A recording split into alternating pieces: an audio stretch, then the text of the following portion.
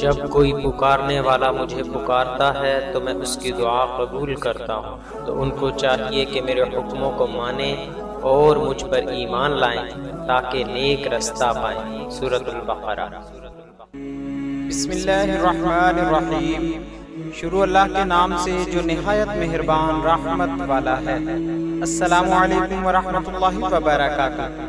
شدت غم کے وقت کی دعا۔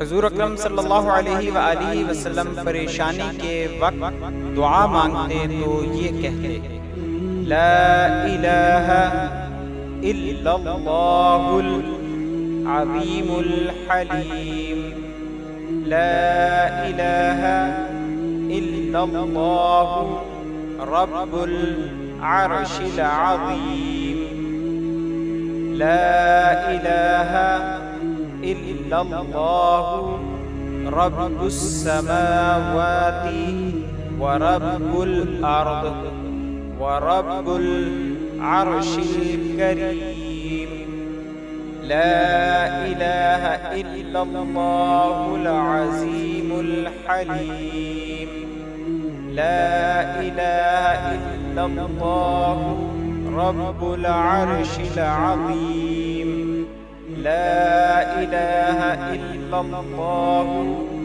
رب السماوات ورب الارض ورب العرش الکریم، لا الہ الا اللہ العظیم الحلیم، لا الہ الا اللہ رب العرش العظیم، لا الہ الا اللہ رب السماوات ورب الارض ورب العرش الکریم۔